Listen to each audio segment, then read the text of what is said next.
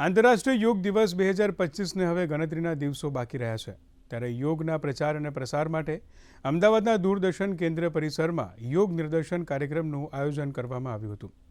એક પૃથ્વી એક સ્વાસ્થ્ય માટે યોગની થીમ પર આયોજિત આ યોગોત્સવ કાર્યક્રમમાં પીઆઈબી, સીબીસી, યોજના આકાશવાણી અને દૂરદર્શન અમદાવાદ અધિકારીઓ અને કર્મચારીઓએ ભાગ લીધો હતો। રોજિંદા જીવનમાં યોગને સ્થાન આપી શરીરને નિરોગી રાખવા લોકોએ હવે ફક્ત યોગ દિવસે જ નહીં પરંતુ પોતાની રોજિંદી દિનચર્યામાં પણ યોગને ઉમેરી રહ્યા છે।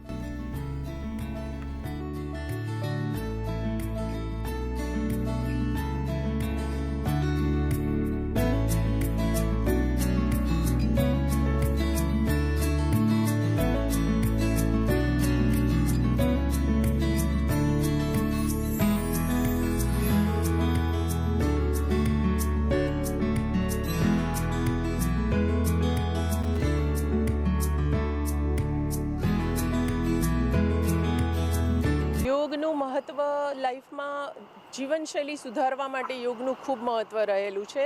અગર તમે તમારા આહારમાં, વિહારમાં, કર્મોમાં, નીંદમાં, જાગરણમાં બધામાં સમતોલ જાળવશો, સંતુલિત રહેશો તો તમે બધા રોગથી દૂર રહી શકો છો।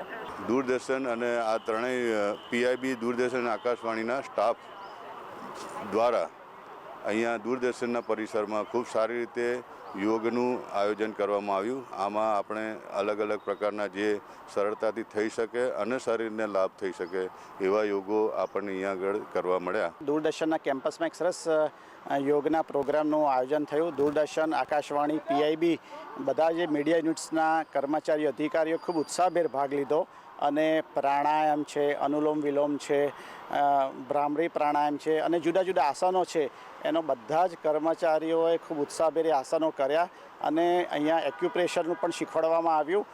11મા આંતરરાષ્ટ્રીય યોગ દિવસની ઉજવણીના ભાગરૂપે એક સંયુક્ત કાર્યક્રમ કરવામાં આવેલો, જેમાં દરેક વિભાગના દરેક કર્મચારી અધિકારીઓએ બહુ ઉત્સાહ સાથે યોગનો અભ્યાસ કરેલો છે અને આ 11મા આંતરરાષ્ટ્રીય યોગ દિવસને સફળ બનાવવા માટેનો અમારો એક નાનકડો પ્રયાસ હતો।